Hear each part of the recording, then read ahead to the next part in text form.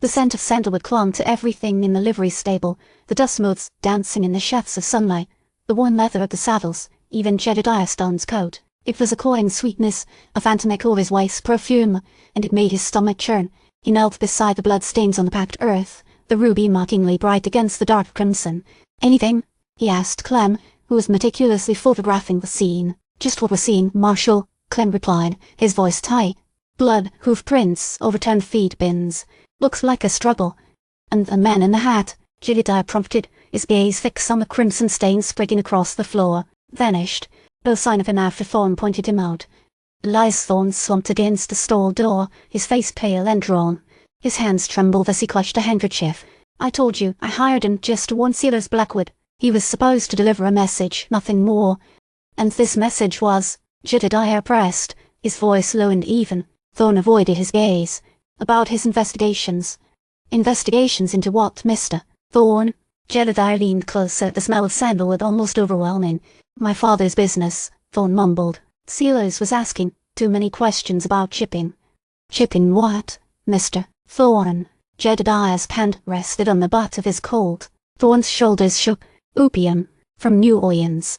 My father has been importing opium through Copper Canyon." The revelation hit Jedediah like a physical blow. Corruption, greed, the insidious rot of vice spreading its tendrils through the territory. He's known his family for years. His father was a titan of industry. This couldn't be true. "And you thought warning Blackwood would what? Stop him from exposing your father?" "I was desperate," Thorne whispered, tears streaming down his face. "I didn't want him to ruin everything. My family, our reputation.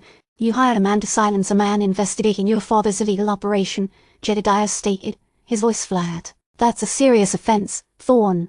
A very serious offense." Clem cleared his throat. "Marshal, we have a communication from New Orleans. It's a coded message addressed to Mr. Thorne." Jedediah nodded, his gaze fixed on Thorne's haunted face. "Let's see what our friend in New Orleans has to say." He took the message and scanned it, his eyes widening with a sudden realization. He's been sending updates. Regular updates. He's been feeding information directly to someone in New Orleans. "Who?" Clem asked, his voice barely above a whisper. Jedediah stared at Thorne. "Do you know who's receiving these messages, Mr. Thorne?" Thorne shook his head, his eyes wide with fear. "I swear I don't. I just wanted to protect my family." The scent of sandalwood thickened, a suffocating cloud of deceit and desperation. Jedediah knew then that this wasn't just about a few shipments of opium. This was a web of corruption stretching far beyond Copper Canyon, and he was just starting to unravel it. "Take him, Clem," he ordered, his voice hard.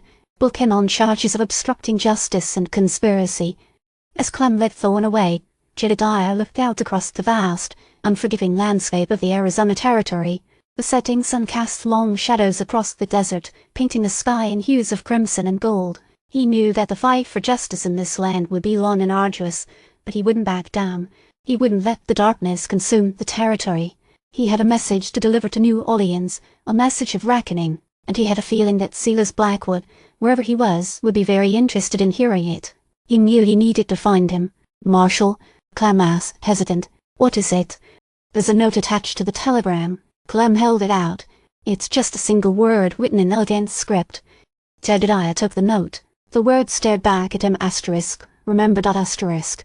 The scent of sandalwood clung to the air, a constant reminder of the secrets buried beneath the surface of the Arizona Territory, and as the darkness descended, Jedediah so knew that his journey had just begun.